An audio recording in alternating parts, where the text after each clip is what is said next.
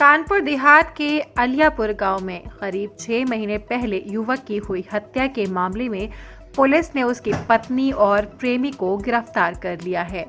पूछताछ में पत्नी ने रिश्तेदार के घर में पति की ओर से बेइज्जत करने पर प्रेमी के साथ मिलकर हत्या करने की बात कबूल की है। थाना प्रभारी अमरेंद्र बहादुर सिंह ने बताया कि 24 अप्रैल को मंगलपुर की आर्यपुर गांव के रहने वाले सुनील के घर में गांव के ही संतोष का शव मिला था। संतोष की बेटी ने मां उर्मिला और सुनील के खिलाफ हत्या कर साक्ष्य छिपाने की धारा में रिपोर्ट दर्ज कराई थी। घटना के बाद से दोनों आरोपी फरार चल रहे थे।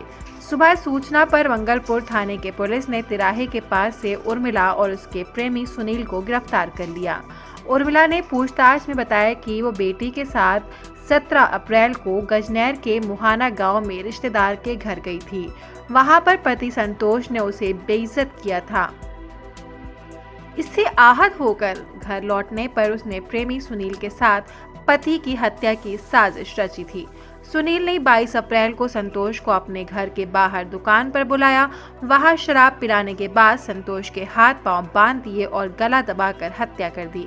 इसके बाद वो सुनील के साथ भाग गई। नाम क्या है? सुनील कुमार। हम लोगों का 20 साल का प्रेम है और हम लोग ससुराल में गए मुहाने। वहाँ लोगों की लड़ाई की वजह से और हमने इन लोगों का मर्डर कर दिया संतोष का। कैसे की थी? मुंह बांध के हाथ पैर बांध दिया था और मुंह दाबा था।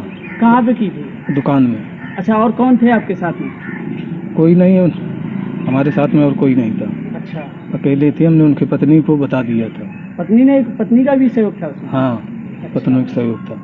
तो फिर इसके बाद क्या किया था? हमने मिट्टी को बांध दिया था। तो भाग गए थे? हाँ। उर्मिला और सुनील ने पुलिस को बताया कि संतोष की हत्या के बाद वो लोग कालपी, उसके बाद झांसी, हमीरपुर के भरुआ, समीरपुर में रहे।